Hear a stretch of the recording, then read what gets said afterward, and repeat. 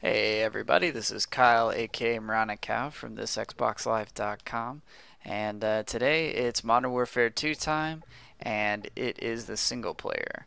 So taking a look at everything, you've got a whole bunch of missions that you got to get through, especially on Veteran.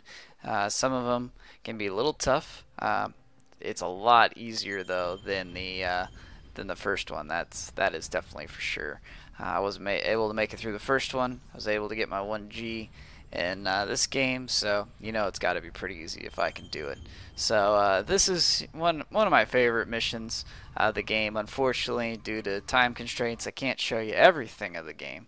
I wish I could have put together a mashup for you, but finals are right behind me, and I figured I might as well get something out here in my downtime. And plus I got nothing else to play. So I decided to put together a little review for you guys. This is the about roughly halfway through the game you guys saw in Act 2.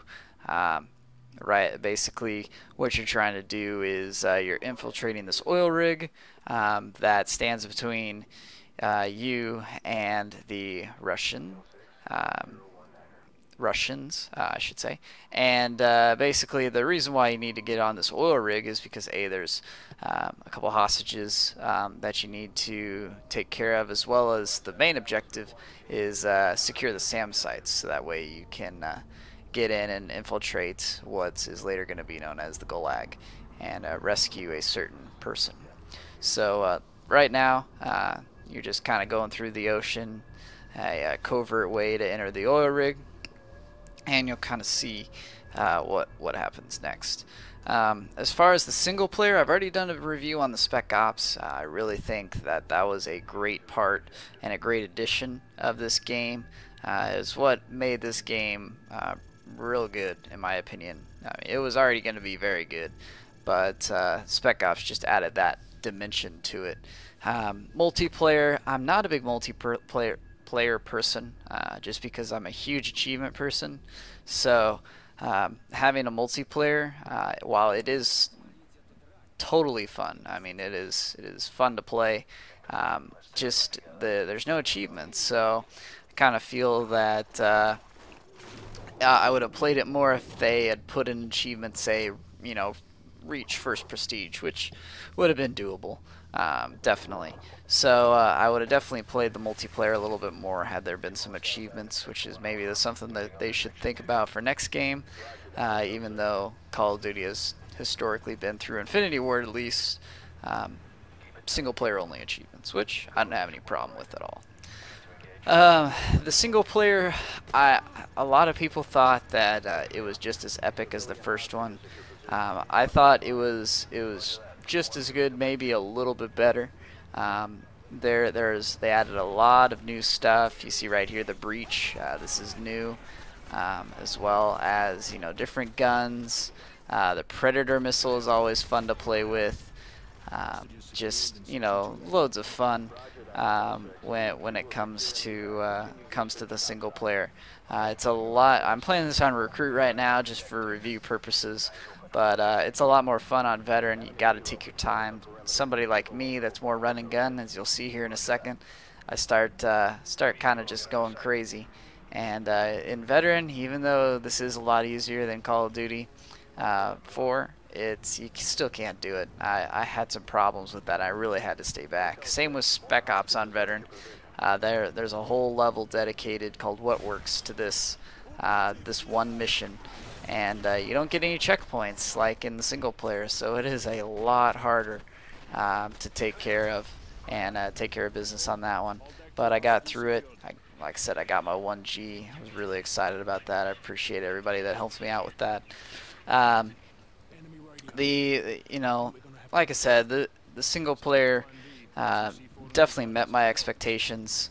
I don't think I was expecting any more, but I think that they kind of met my expectations there. I don't think they exceeded my expectations just because I was coming. Everybody was coming in this huge hype machine called Call of Duty Modern Warfare 2, just everybody was coming in with great expectations, and I almost got to the point. I before I even finished it on veteran, I got to the point where I was just like, I don't really want to play this game.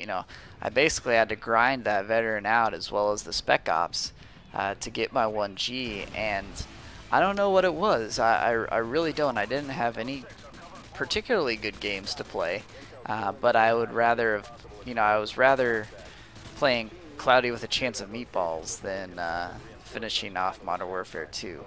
And I don't know why. I don't know how to explain that. This game is Game of the Year, in my opinion. I think that just with the overall hype and it meeting expectations is just good enough to give it Game of the Year. Its sales were through the roof. It broke pretty much any record that there was to be on launch release. Everybody is playing Modern Warfare 2 online. It's loads of fun. The single player, in my opinion, probably gets a solid B, I would say. There wasn't anything that particularly wowed me, like in Call of Duty 4, but I didn't think there was a dull moment. I mean, there was always action. There was always somebody shooting at you, and there was always that one frustrating part in each level where it was like, I don't know if I'm ever gonna get past this, but fortunately I persevered.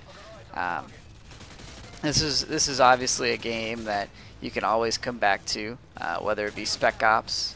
DLC is probably going to be coming out for that. I would hope, at least. That would be very cool. I wouldn't see an addition to the story, but I would see more multiplayer maps, more Spec Ops missions would be awesome. And I have a feeling that they're going to be capitalizing on their player base fairly soon.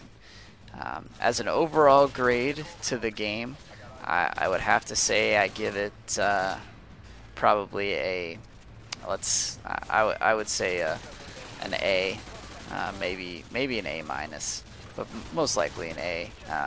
95 out of 100, I would say. Not an A plus. It wasn't the best game ever in my opinion, but it is a very good game. It's a lot of fun. I don't know how many more things I can say about this game. I'm running out of words here, and unfortunately I still got 2 minutes left to talk about it. So I guess I'll focus more on this level right here. You're getting to the end of the level. You've got one more set of hostages to go, and this to me is the hardest part of the Wetworks. You saw me breeze through it, but on veteran, and you also see me die right there to a grenade. Gotta learn how to get out of the way when I see those grenade indicators come up. But I mean, on veteran, to me, especially in the Spec Ops campaign where you don't get any checkpoints, like since I died there, my partner's either got to save me or we have to start the level all over again to that second breach. So it made things tough, and you still had to capitalize on that last breach. And with a whole level riding on you, and veteran difficulty, and if you forget to reload your weapon or something like that, you might be in trouble of starting the whole 30-minute mission over again. So there's no by any stretch of the imagination, this wasn't a easy game. I think I ended up playing this game a total of 50 hours, so it's definitely worth the $60, and we'll see what I'll be able to do on this. But chances are you've already bought the game anyways, so I'm not sure you need any more reason to confirm your purchase. As you see right there, I killed a hostage. So I think that's pretty much it for me. I do recommend everybody check out this game, at least rent it. I'm sure you've already bought it. Definitely also check out the website that I helped put together, this Xbox